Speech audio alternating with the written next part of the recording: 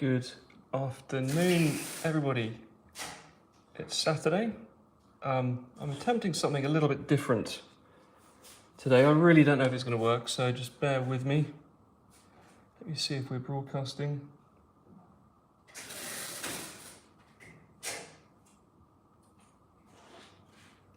We are broadcasting, so I don't know who's going to tune in. I thought it would be fun to build another couple of clubs on the spot live, but using a first-person camera, so you can really see what I can see. The last time we did a live, unfortunately, we had a few technical issues. So I thought, how can I give the viewers what they might want to see? So the best way to do it was to literally strap a camera to my chest so you can see what I'm seeing. I'm not going to turn the screen around because, quite frankly, I look ridiculous. Even Nuno, who's over here, was suggesting that I stick a camera on the top of my head, which I wasn't really up for that either. So here we go. Unfortunately, I can't really zoom out much more, so I will tilt the screen as and when I'm looking at something different. Just make sure the feed is live here. Okay. Right, so the first club I'm going to build is a tailor-made Stealth Plus 9-degree driver. Okay, so here is the head, which you can see here. Still in its wrapping, 9 degrees, but I'm just going to double check the face angle and the loft before we build it. I'm going to build this with a Fujikura Ventus Black 7X.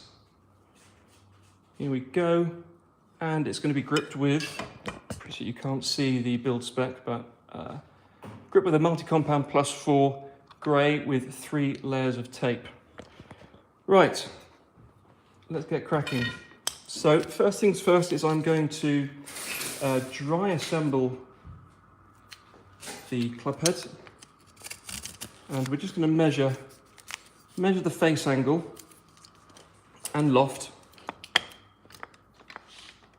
We want a true measured 9-degree.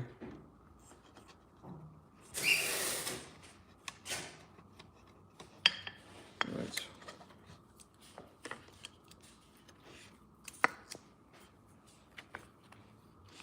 It's a shame I can't use the 0.5 lens on this camera, because then you'd see could see a lot more. But so what I'm trying to do is find the middle of the face here. Okay, look down on top at a square face. Tighten the backstop. Raise the plate up to the middle of the face, because a face will measure different loft, obviously at the bottom, the middle and the top, which is why you have roll.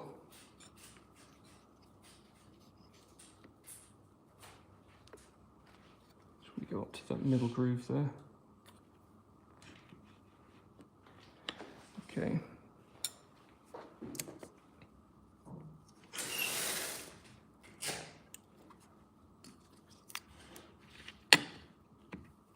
And if you're just tuning in, this is a complete experiment with a camera strapped to my chest, so it's by far a professional production. Just wanted to see what was possible. Okay. What sleeve settings is this in?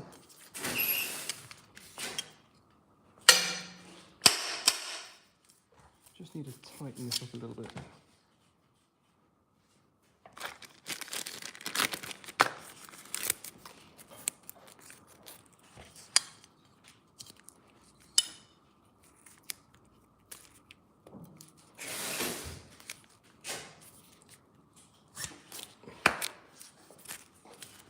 Let's try this again. It's just getting a bit of a funny reading.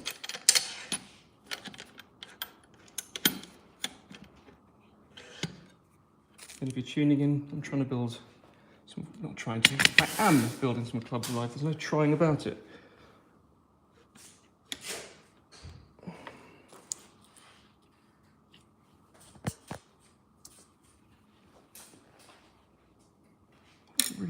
strange loft. Nina, can you take a look at this?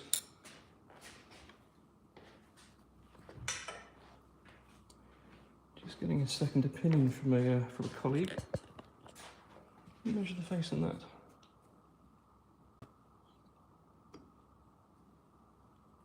That head looks really lofted as well. I might move on to the 3-wood. Okay, that's actually no, that's it, measuring in the middle of the face.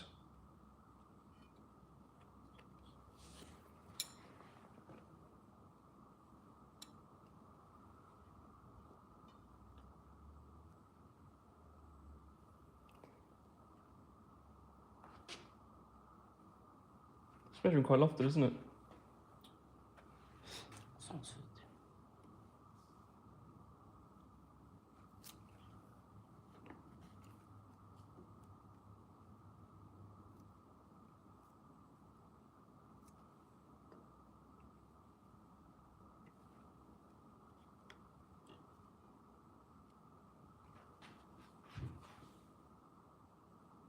Okay, I'm going to take the plastic off and remeasure this. If I'm not happy with the measured loft, then I'm just going to move on to the fairway wood, because there is always a discrepancy between measured and stated loft. You can use that one, Which one's that? the one outside. Okay. Right, actually, should we do that? Let's do that. Nina, can you do the honours? It's I look like I've just landed in on a parachute with this thing on my chest. Okay, so we're just going to take it through to our digital loft line machine.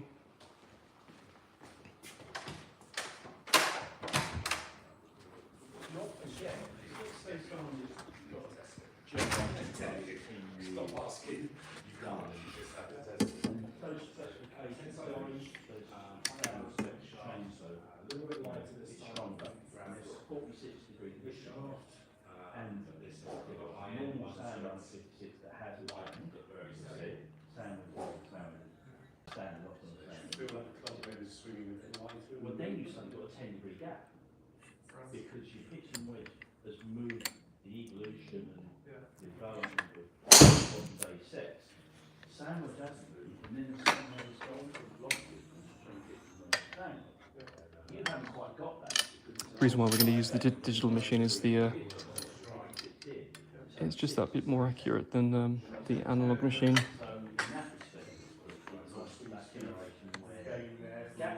Okay, that's more like it. Okay, so that is reading a little bit less than stated. That's 7.9 degrees. So we're probably going to loft that up by, I would imagine, 1 notch on the sleeve. Yep. Yeah, about 8. 8 degrees loft, and the target swing was 9 degrees. Okay. Back into the workshop.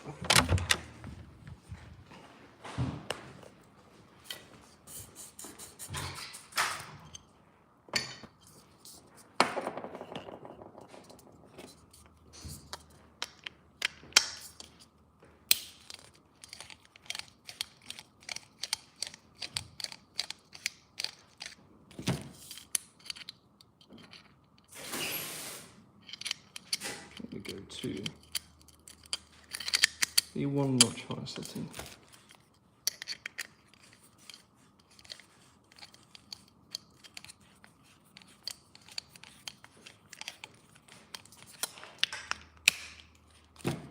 Okay, right. I am just going to build this driver, guys. This is a bit of an undertaking, trying to actually point to what I'm looking at with the camera, as well as look at things. So drive it onto the shaft. Okay, so we have a target frequency we need to hit of 7.2. So what I'm going to do is I'm going to frequency this driver with no tipping. I need to build this driver to 45 inches Frequency 7.2, 7.3, swing weight D2.5 with a multi-compound +4 standard grey with 3 layers of tape. So the very first thing will be to mark the shaft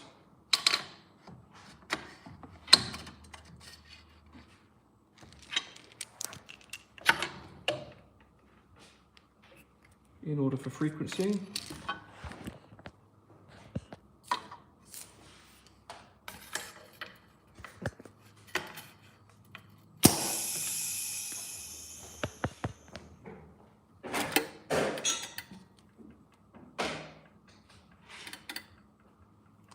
.61.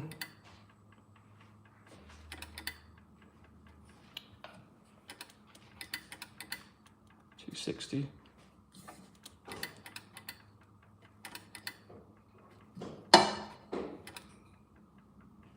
Okay, so I'm going to take an average of 257. The reason why we're getting different numbers is because the shaft is working across the plane, and the SST Pure shaft alignment will stabilize that. So I've got my frequency screen up here, 45 inches at 259 gives me a frequency. It does say frequency 7.6, but with any additional weight I'm going to be adding in the assembly process, that will drop it down. More importantly, I can't tip this any less than no tipping. So for this build, this will be a straight installation. Right, next part of the build will be to, and I've always said, only cut once. So whilst the playing length is 45 inches, I'm going to be cutting this to 45¼ inches. I can always take that last quarter off afterwards.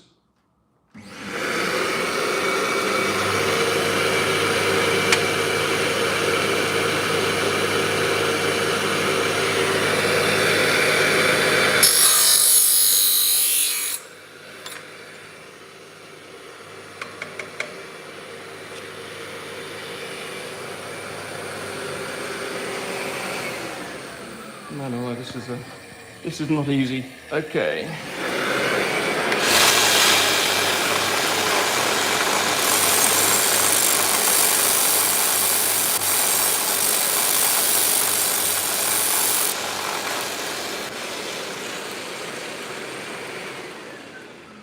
So the shaft is tip prepped, as you can see.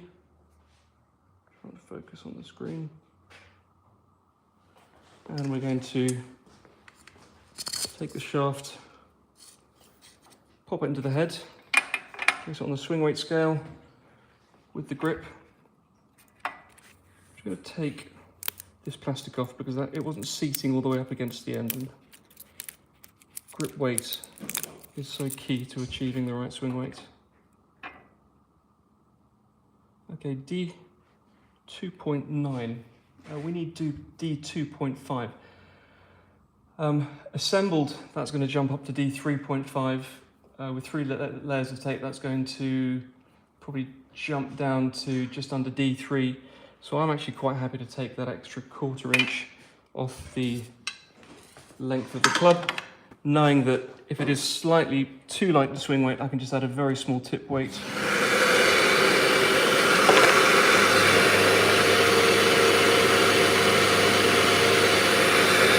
Taking the extra ¼ inch off now.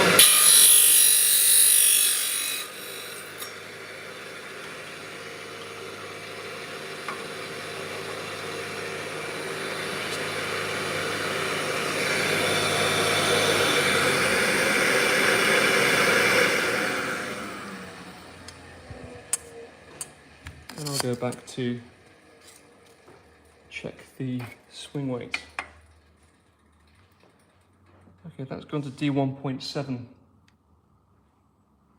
Given that we need D2.5, assembled, that's going to be about D2.5, but the tape layers will probably drop it down to D2.4. I'm going to take a very, very, very small amount of brass tip weight. Here we go. This is the 4.5 gram tip weight. I'm literally going to take nearly all of it off. go. And pop that in the shaft tip.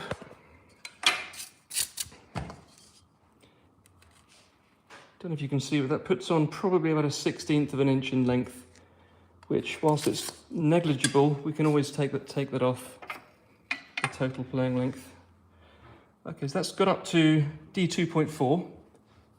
Assembled, maybe D3, 3 layers of tape, back down to D2.5, and that's what we're looking to achieve at 45 inches. I'm just going to double check the playing length as well.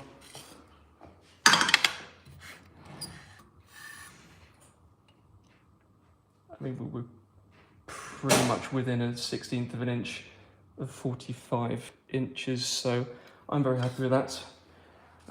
Next, we need to move to the puring machine.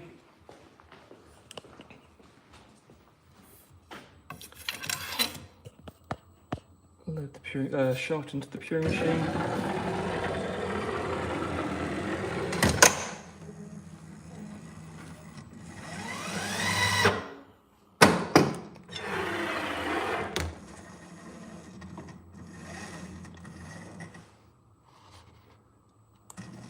Rotate the shaft of the logo up. Nuno, could you mix some adhesive up for me, please?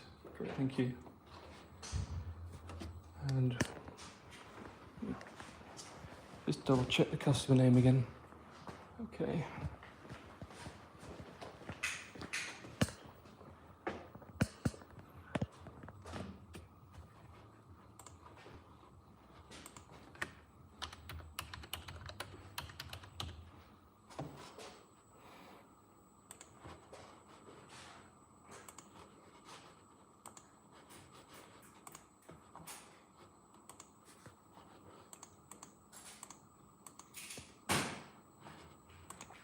Ventus 7 composite. We've used the X-Flex. It's going into a tailor-made head. Driver next. Okay. So what you'll be able to see here is the tip of the shaft being deflected underneath this load cell. The shaft is now rolling through its circumference. Thank you, David. I'm not going to lie, this is not easy at all with this thing on my chest. Okay, so what we can see here is this graph. If this shaft was perfectly round and straight and uniform in bending properties, that graph, which represents load versus chuck orientation, the value would be 1, constant load, and it would be a flat line, but it's not. You can see a point where the shaft is pushing up the most against this load cell here, and obviously the weaker points there. So basically the pured orientation is going to be somewhere around here. Not quite sure where, but it's going to go to the chuck orientation at the top of the graph first and start testing in that area, and then make slight adjustments until the shaft performs neutrally. Forgot to put some tape on. This is where the shaft is marked. Okay, I can now apply the tip mass, which represents the club head, and then we carry out the control test. So the control test, you'll see the shaft will rotate the logo up, which it has done there. And the first test, you see the shaft is moving in sort of random oscillating patterns. So that was the first test. Second test is where the crest of the graph was. We're going to see this pattern of motion start to, okay, so it's gone the wrong way, so it's now going to go the other way and start testing. You'll see that vertical deviation starts to squeeze now, start to flatten as the shaft travels back and forth in a more stable manner.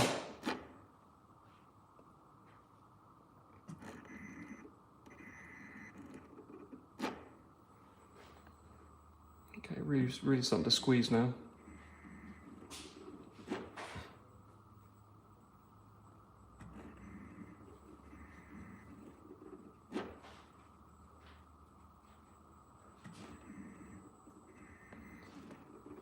It's still going. And at the point that it makes no further improvement, there we go. Right now, it's going to drop an ink line on an installation mark. Did the shaft mark correctly? Yes, it did. I can now take the tip mass off.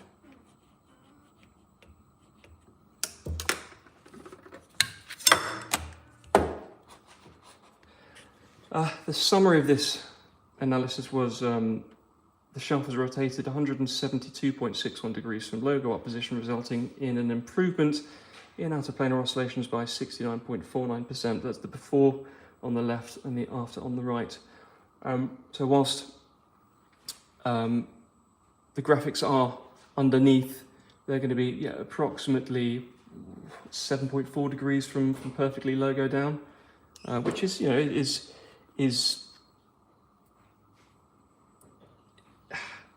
it's very hard to say how would the shaft perform logo down versus pured. We don't really know. All that we know is that shafts perform a lot more consistently once they're aligned. Because we don't factor in a charge for puring, it's just part of the build process.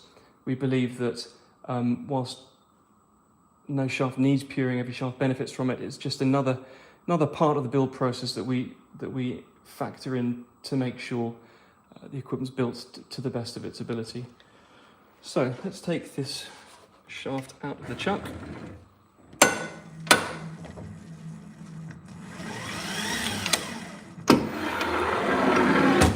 Now we can move over to assemble.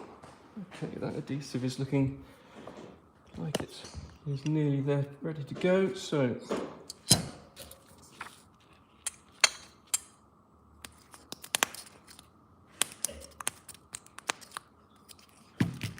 this adhesive goes off incredibly quickly in warmer climates.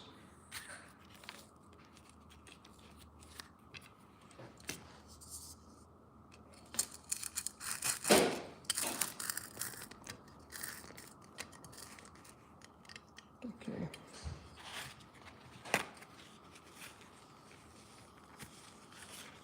Just making sure all the excess adhesive's gone. And finally I'm going to line up, you probably can't see at home. There is an alignment mark that the SST machine dropped there. I'm lining that up at 12 o'clock in the hosel. So actually the shaft's most stable orientation is target facing. Okay, let's give that a little tap down. It's a really good fit on this particular driver shaft. That's actually not going anywhere, so I can do this now. So you can see assembled as predicted D3, which is a relief, doing it live. Although I never doubted myself. And to be honest, whilst it's such a good fit, I'm going to grip this now. So 3 layers of tape.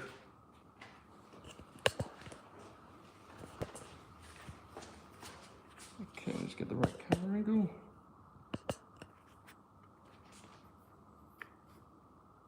Man, this is tricky. Right, finger. So I'm lining up the top of the shaft with the white line at the top of the grip. At the bottom, my thumb with the 2 lines there. That gives me the optimal amount of tape to use. Don't mean the next time we're doing this, you're holding the camera. So what I'm going to show you here is the way the tape overlaps. There's no constant shaft butt diameter size in industry. What we use as the standard is the way the tape overlaps on the first layer. Now, it's pretty much meeting in the top hand there and starting to taper quite dramatically. So for this particular shaft, we gauge them all very differently I'm actually going to say that that is pretty much 2 layers at the top there, because it's just meeting and it's tapering rather quickly. So I'm going to put an extra layer on the bottom hand to reduce a bit of that taper. So when we put 1 extra layer on top of this, it's going to have the equivalent of 3 in the top hand. Okay, there's going to be 3 in the bottom hand. No, hang on, sorry, 2 in the top hand, 3 in the bottom hand, which will yield an overall grip thickness of what we would say is 3 layers of tape. Right, so 1 more layer throughout. And another thing you probably see that I'm doing is I'm starting the tape layers ever so slightly back from each other, so you don't get that nasty step when you push the grip over and it collapses onto the shaft. It doesn't collapse onto the shaft, it hugs the shaft, and would much rather it tapered at the bottom there rather than have a little shoulder. Again, just rolling the tape.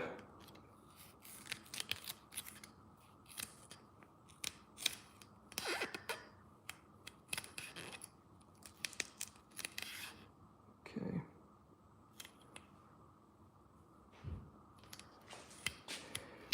Now interesting, now that second layer's gone on, I've got a little bit of a gap there, so I am actually going to put that layer back in the top hand. It's funny, you can predict, but until you've actually done it, you don't really know. So I'm happy with that now in terms of yielding 3 tape layers. Clamp the shaft.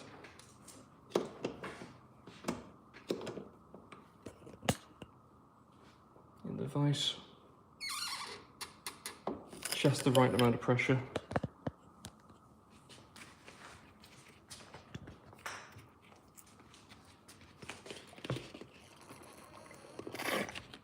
Okay, finger on the end of the grip solution into the grip, only just enough. And I'm going to pour the solution onto the grip, gripping logo up.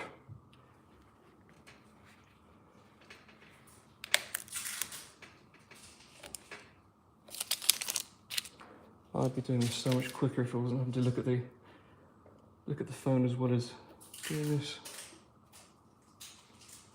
So just a rough alignment of where the logo is and chevrons. And wipe the excess off the bottom and the top of the shaft. I can now align this notch at the top underneath the P through all the chevrons down the middle of the Golf Pride to that one there, to make sure everything's running down the top of the shaft. Okay. By now that adhesive is completely set, and the moment this grip is dry, the club would actually be hittable. So,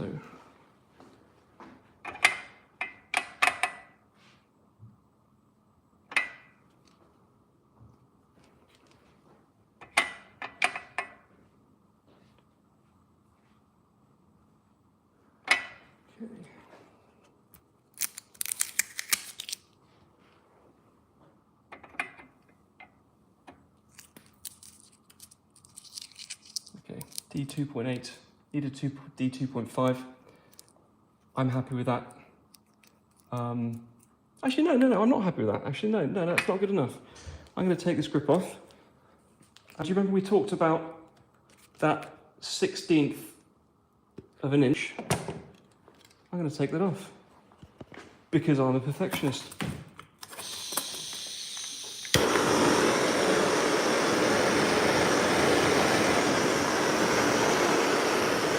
around the workshop. Because those are the lengths we go to ensure that the build is absolutely perfect. And that's why you'll always pay a little bit more from us, because the quality of build is, in our opinion, unsurpassed.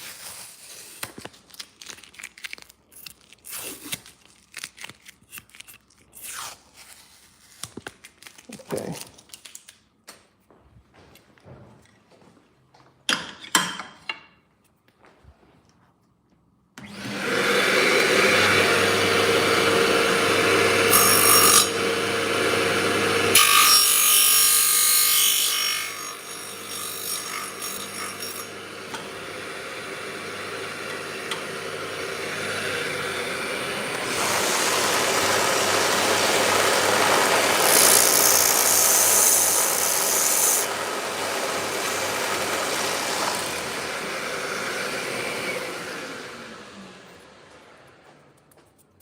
Right, let's redo that grip.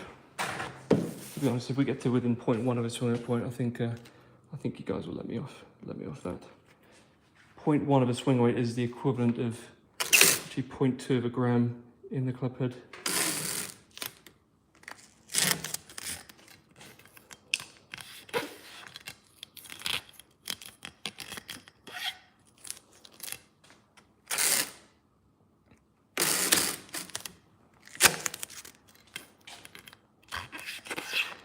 So we're just tuning in. I thought I'd strap an iPhone to my chest and look a bit weird walking around the workshop. The intention was to build a driver 3-wood and 3 wedges, so I didn't anticipate how difficult it would be to try and make sure you can see what I'm seeing and actually build a club to spec at the same time, but we're doing okay.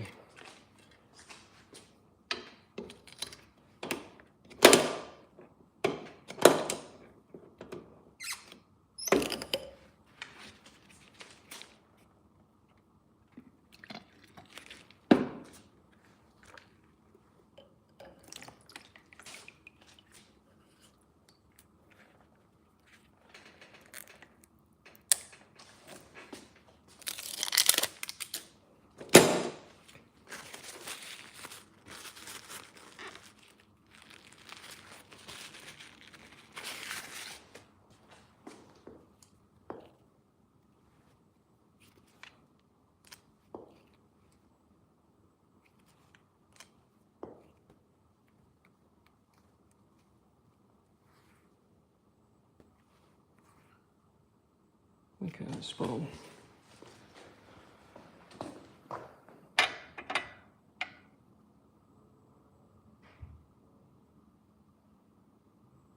That's perfect.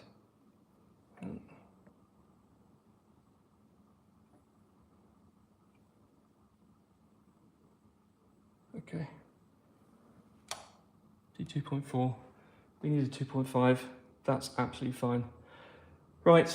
The last thing I need to do is just pop a co-branded SST Pure and Precision Golf label on the butt of the shaft to show that it's been aligned and built by ourselves. It'll then go through to next door into QC for the ferrule just to be checked, the head for any marks, which I did check it before, but you know, between the workshop and going onto the rack, it leaves sight of the club builders. The very last thing we want is it to be on the rack, and then 2 weeks later to present the club to a customer where there's a slight blemish. So it'll go through its final QC check, head cover will go on, and then we'll be know it's ready for collection. So hope you've enjoyed this. I'll be honest, it's a bit of a wobbly camera shot. I was hoping to be able to get the 0.5 zoom on. And you would have seen a lot more. But next time we do this, I'll probably get somebody to hold the camera. Hope you enjoyed it. Have a fantastic Saturday and enjoy pumpkin picking tomorrow if that's what you're doing. See you guys.